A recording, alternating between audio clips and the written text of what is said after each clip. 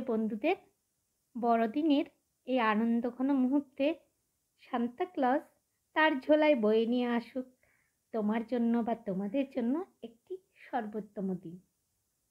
প্রার্থনা করি এই উৎসবের দিনটিতে তোমার জীবন হয়ে উঠুক রঙিন বা তোমাদের জীবন হয়ে উঠুক রঙিন, সকল স্বপ্ন পূরণ হোক আর আমাদের বন্ধুত্ব আরও সুদৃঢ় হোক। শুভ বড়দিন, মেরি ক্রিসমাস। তো আজকে আমার ভিডিওটা শুরু করা যাক। আজকে এই বড়দিনে তোমাদের জন্য অনেক অনেক আনন্দ বয়ে আসুক এই কামনা করি সান্তা ক্লজের সাথে। সান্তা ক্লজের কাছে তোমাদের জন্য, আমাদের সবার জন্য একটা ভালো দিন আসুক। সবাই সুস্থ থাকুক, সবাই আনন্দে থাকুক, এই কামনায় আজকে আমার ভিডিওটি শুরু করছি। তো এই ভিডিওটি কোনো এক বিকেলবেলা আমি কিছু বানাতে গিয়ে হঠাৎ করে দেখি, মানে পূর্ণিমায় ছিল সেদিন, চাঁদটা অত বিকেলবেলায় দেখি কি সুন্দর করে আলো দিয়ে আছে আর কত বড় ছিল। ক্যামেরায় তো এটা ছোট মনে হচ্ছে, কিন্তু আমি দেখছিলাম এটা অনেক বড়, কারণ অনেক দূর থেকেই তো আমি ক্যামেরাটা করছি, ভিডিওটা করছি, তাই জন্যই চাঁদটাকে ছোটোই মনে হচ্ছে। দেখতে পাচ্ছ তোমরা, সবাই ঘুড়ি ওড়াচ্ছে, কিন্তু ঘুড়ি দেখা যাচ্ছে অনেকগুলো, ভালো করে খেয়াল করলে বোঝা যাচ্ছে, কিন্তু অনেকগুলো ঘুড়ি উঠছে।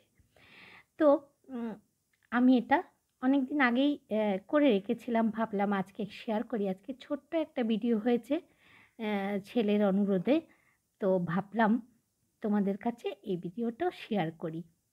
তো চলো আজকে কি রান্না করছি।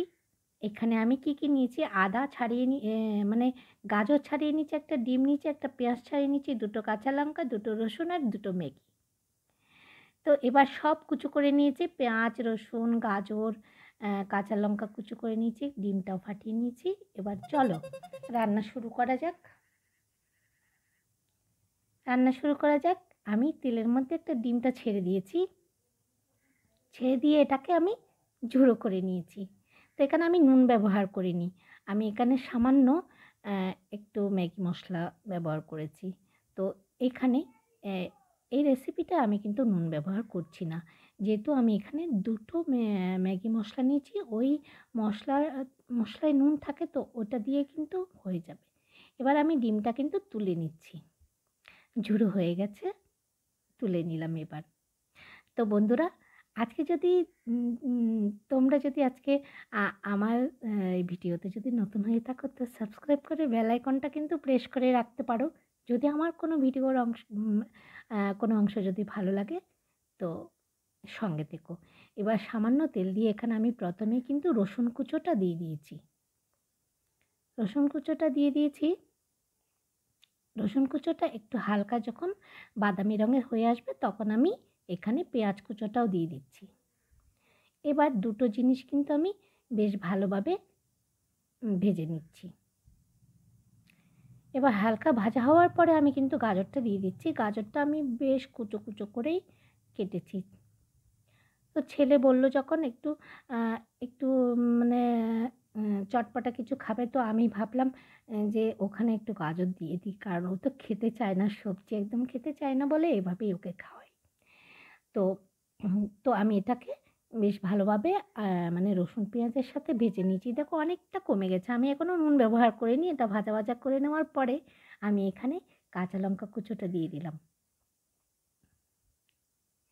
কাঁচা লঙ্কা কুচোটা দিয়েও আর একটু নেড়ে চেড়ে নেব। এবারে দেখো কি মিক্স করছি। এবারে আমি পরিমাণ মতো জল দিয়ে দিলাম, যাতে এই গাজরটা যদি একটু কোনো অংশ যদি কাঁচা থাকে, কোনো অল্প যদি কাঁচা থাকে, সেটাও সেদ্ধ হয়ে যাবে। তো জলটা দিয়ে দিলাম। এবার এর মধ্যে আমি এখানে কি দিচ্ছি, ম্যাগি মশলা দুটো দিয়ে দিচ্ছি। এখান থেকে কিন্তু সামান্য একটুখানি আমি ডিমের ঝুড়োতে দিয়ে দিয়েছিলাম। এবার বাকি দুটো আমি দিয়ে দিয়েছি এখানে জলের মধ্যে।